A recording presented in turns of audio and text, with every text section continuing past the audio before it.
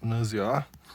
După cum se poate observa, peste tot este prins corespunzător și se afișează verde.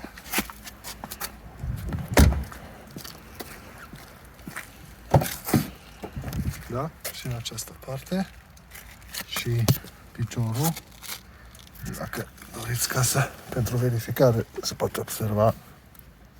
Da? Scaunul atinge.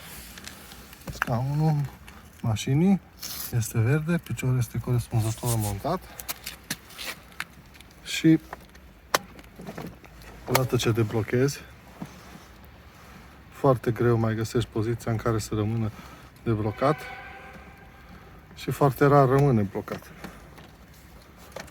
În principiu, vedeți?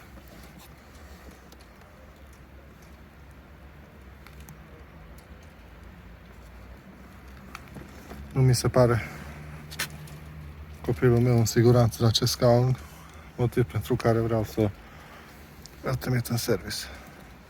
Acum nu mai găsesc poziția să rămână nici așa, da?